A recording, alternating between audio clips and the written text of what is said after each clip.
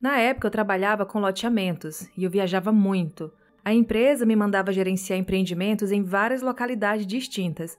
Em alguns empreendimentos menores, eu acabava ficando fixo e morando na cidade. Para mim era uma bênção, era muito mais tranquilo. Não precisava ficar me deslocando todo dia, toda semana.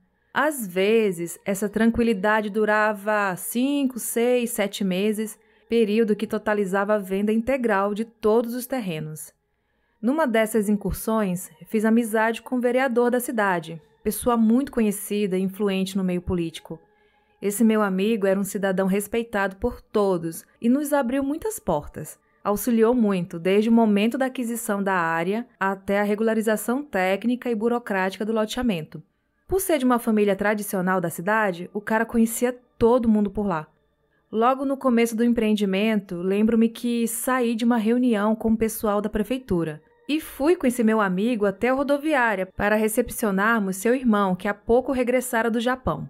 Seu irmão havia se separado da esposa assim que chegou no Brasil e estava mal, psicologicamente abalado, teria vindo passar um tempo na cidade para espairecer sua mente. Pelo que entendi, além da questão sentimental, tinha a questão financeira, que envolvia a divisão do que ganharam durante o tempo trabalhando no Japão. Veio para receber conselhos do que deveria fazer. Estava desnorteado, perdido. Parecia uma situação complexa, pois envolvia divisão de bens, dinheiro, traição amorosa, guarda dos filhos, um verdadeiro prato cheio para os fofoqueiros da pequena cidade. E cidade pequena, vocês sabem, né? Fofoca corre solta. Eu ouvia muitos causos a respeito desses irmãos. Assuntos relacionados a pactos com capiroto e consagrações ao tinhoso, e que ambos não eram flor que se cheire. Diziam que todos da família dele eram do mal. E o pessoal morria de medo. Eu nunca tive queixas, muito pelo contrário. Como eu disse anteriormente, ele me ajudou muito. O meu amigo era super gente fina. Eu achava ele do bem. Mas um caso me deixou curioso. Eu estava no plantão de vendas do loteamento e recebi a breve visita dos dois. Resolvi convidá-los para tomarmos um café em uma padaria bem próxima. Meu amigo aceitou, mas o irmão dele não queria ir. Falou que a padaria era da tia da sua então recém-ex-esposa. Ele achou que o clima lá seria desagradável, e realmente foi. Assim que entramos, eu percebi que o clima dentro do recinto esfriou. A atendente nem olhou pra gente. E olha que eu sempre fui bem atendido lá, mas nesse dia eu fui mal recebido. Sentamos e só eu puxava conversa. O clima ficou esquisito. O café doce parecia amargo. O salgado, sempre quentinho, estava frio. Na hora de pagar a conta, a atendente do caixa, que era proprietária e tia da então ex-esposa, se dirigiu ao irmão do meu amigo e foi bem clara ao dizer que ali todos eram bem-vindos, menos ele. Que se ele voltasse de novo, ela iria pessoalmente chamar a polícia. Rapaz, foi climão. Fiquei chateado. Sabe aquele momento vergonha alheia? Poxa vida, era eu que tinha convidado. Sem querer, eu fui o responsável por todo aquele momento constrangedor. O cara voltou para a cidade natal dele procurando paz e foi recebido daquela forma. Coisa chata, realmente constrangedor. Então, na saída, eu entendi o porquê da fama deles serem do mal. O irmão do meu amigo gesticulou e pronunciou algo que eu não entendi. Se afastou da gente balbuciando palavras desconexas, indo para o sentido contrário. Fixando o olhar para a padaria, o meu amigo, meio sussurrando, disse algo como: A bênção trará prosperidade para aqueles que a merecem. Portanto, aqueles que não a merecem serão amaldiçoados e se alimentarão da sua própria desgraça. Aqui, o ódio que lhe rogo contra qualquer um dos seres infelizes desse local. Meu amigo se despediu de mim e foi atrás do irmão. Sinistro. Passado tanto tempo desse ocorrido, até hoje eu fico pensativo. Fico imaginando quanto isso teve peso. Eu fiquei lá uns 5 meses. Nesse intervalo, essa padaria faliu. Foi mesmo uma praga pesada jogada? Até quando uma palavra lançada tem toda essa força? Terá esse poder? Foi mesmo uma maldição rogada? Ou isso foi só a ponta do iceberg? Dizem que o oculto carrega muitos mistérios. Muitos. E eu é que não quero saber. E essa dúvida é que me fascina. Bom, gente, esse relato é de uma pessoa que pediu para não ser identificada. Muito obrigada por me autorizar a contar sua história aqui. O carrinho misterioso. Meus pais são separados desde que eu tinha aproximadamente 2 anos de idade. Antes da separação, morávamos em uma casa cercada por terrenos baldios. O meu pai falou que quando eu era bebê, eu tinha dificuldades para dormir. Era só me colocar no berço que eu começava a gritar instantaneamente. Era como se tivesse espinhos no berço e eu só conseguia dormir se me levassem para a cama com eles. A maioria dos móveis e até alguns brinquedos já estavam na casa quando nos mudamos para lá, inclusive o berço.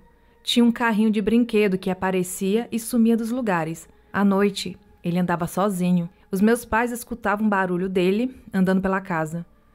Tentando achar alguma explicação para o fato, a minha mãe falava que era minha cachorra brincando com o carrinho, já que ele não tinha nenhum mecanismo que pudesse fazê-lo andar.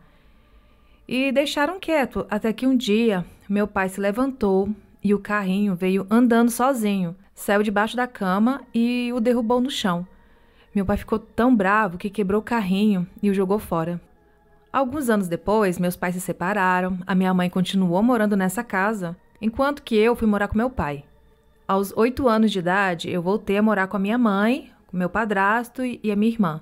Lembro-me que eu ficava no quarto sozinha, de noite, mas sempre tive medo de escuro. Por isso, eu só dormia com a coberta até a cabeça. Até que tudo começou. Eu escutava barulho de carrinho, vindo da parede, andando para lá e para cá. E isso me assustava, já que ao lado do terreno era vazio, sem casas por perto. Não tinha explicação.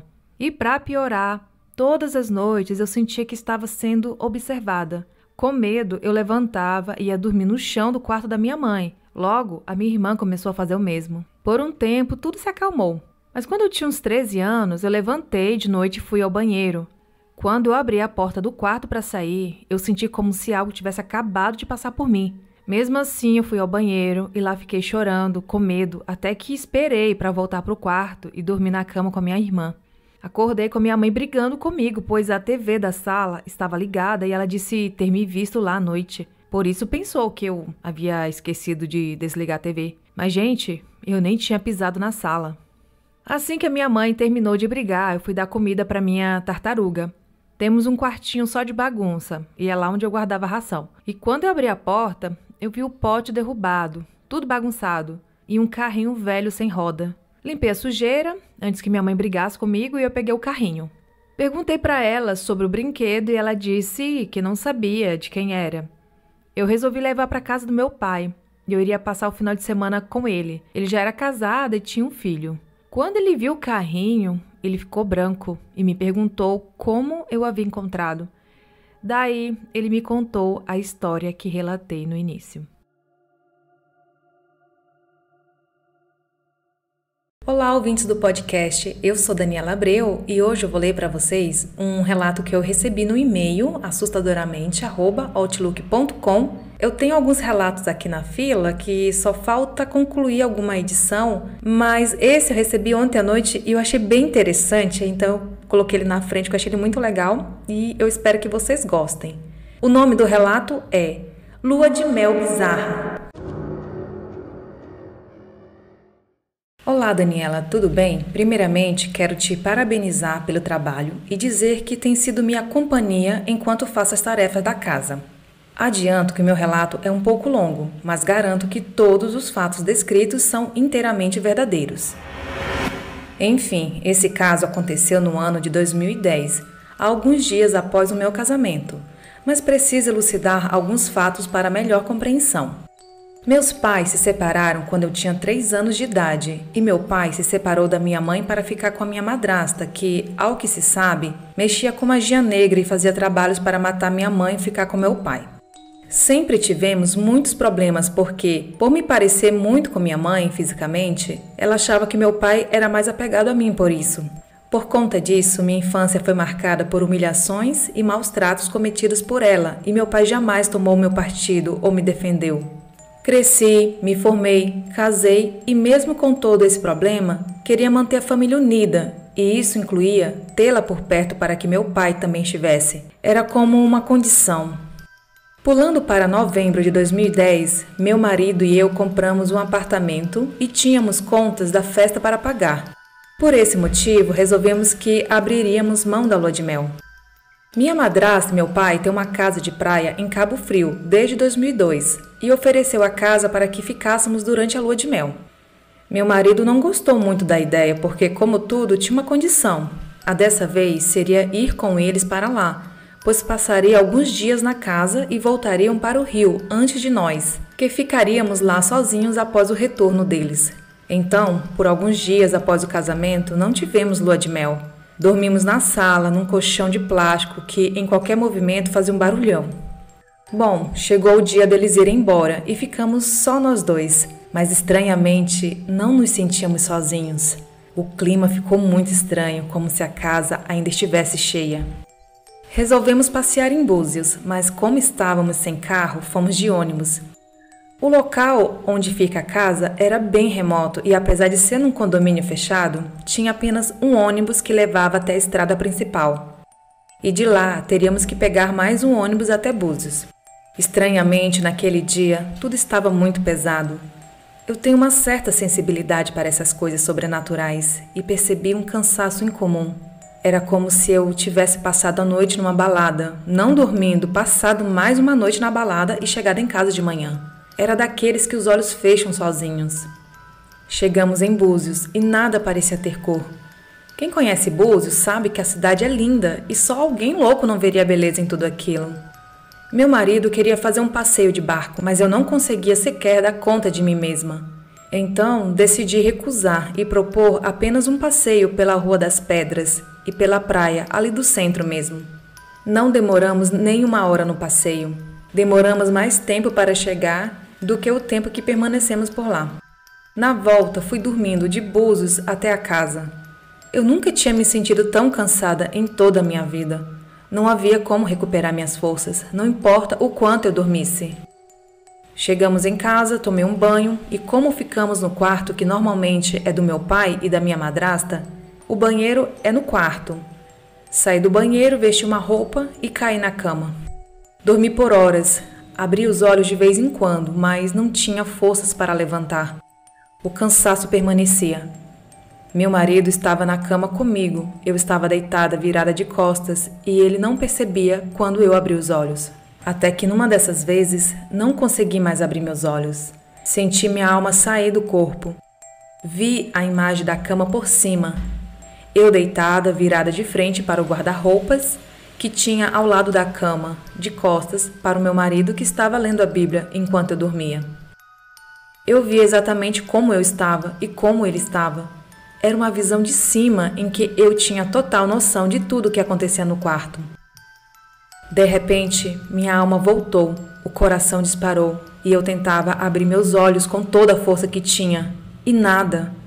Tentava falar com meu marido, chegava a sentir meus lábios se moverem, mas nenhum som saía da minha boca. Apareceu na minha mente a imagem do rosto do meu pai e uma voz grossa que dizia: "É assim que eu quero que você fique, prostrada, sem forças." E uma gargalhada que ainda hoje me arrepia todos os pelos do corpo. Comecei a orar e repreender aquilo que me afligia. Eu gritava, mas a voz não saía. Eu fazia tanta força para que algum som saísse da minha boca que depois que consegui me livrar daquilo, eu estava rouca. Abri meus olhos, minha voz saiu e virei rapidamente para o meu marido que continuava na mesma posição que eu havia visto de cima. O abracei e contei o que tinha acontecido. Ele disse que sentiu uma presença muito ruim ali enquanto eu dormia, então orou e foi ler a Bíblia. Eu disse que queria ir embora de lá o mais rápido possível. Já era de noite e decidimos ver passagem de ônibus para o dia seguinte. Enquanto andávamos pela casa juntando nossas coisas e colocando as malas, ao passar pelo corredor longo que sai da sala e leva até o quarto do meu pai, senti uma presença logo na entrada do quarto. Eu fechei os olhos e vi o espírito que estava ali. Tinha uma forma humana, era um homem e quando eu passei, permaneceu parado e somente me acompanhou com a cabeça. Eu estremeci meu corpo inteiro ao passar por ele e disse ao meu marido: Pelo amor de Deus, acha logo uma passagem porque eu quero sair daqui amanhã bem cedo. Compramos as passagens, as malas já estavam prontas e naquela noite não dormimos. Passamos a noite conversando, orando e lendo a Bíblia juntos. Num desses momentos que não consigo me recordar ao certo, tive uma visão. Estávamos saindo da casa com o dia ainda amanhecendo, pela estrada de chão que levava até o ponto de ônibus. Olhei para trás, onde estava a casa, e vi muitos vultos pretos entrando lá. Eram incontáveis. Isso me marcou tanto que hoje, quase 11 anos após, enquanto escrevo, meu corpo se arrepia e meus olhos se enchem de lágrimas instantaneamente. Chegou a hora de irmos embora. O dia estava amanhecendo, idêntico à minha visão na madrugada. Saímos da casa com nossas malas, andando pela estrada de chão, e quando olhei para trás, a casa estava lá, mas não vi nenhum vulto. Creio que existam coisas que só conseguimos enxergar por visões mesmo. Seguimos nosso caminho e quando entramos no ônibus com destino ao Rio, soltamos um suspiro de alívio. Anos se passaram e em 2020, por conta da pandemia, perdemos tudo o que construímos ao longo desse tempo. Ficamos apenas com nosso carro. Nossa filha tinha 8 anos e fomos passar um tempo lá, nessa casa, até nos recuperarmos financeiramente. No tempo em que ficamos lá sozinhos, meu marido, minha filha e eu, o clima era maravilhoso. Deixamos a casa um brinco, pois quando chegamos, ela estava abandonada há quase 2 anos por conta de uma doença que minha madrasta teve, não podendo ir lá com frequência para cuidar. Bastou irem todos para lá que o clima pesou. Passamos e vimos coisas absurdas nos dias em que estiveram lá. Muita energia ruim. O clima de cuidado e tranquilidade foi invadido por brigas, xingamentos e humilhações. Bom, decidimos que mesmo passando por esse momento complicado por conta da pandemia, venderíamos nosso único bem material, nosso carro, e nos manteríamos bem longe de tudo aquilo. Chegamos em São Paulo no dia 16 de janeiro de 2021, em São Caetano do Sul, somente com as malas, sem ter amigos ou família aqui e sem sequer termos vindo para visitar anteriormente. Passamos 10 dias em um hotel simples até conseguirmos alugar um apartamento e, graças a Deus, hoje estamos bem e longe de toda aquela energia ruim e maldade.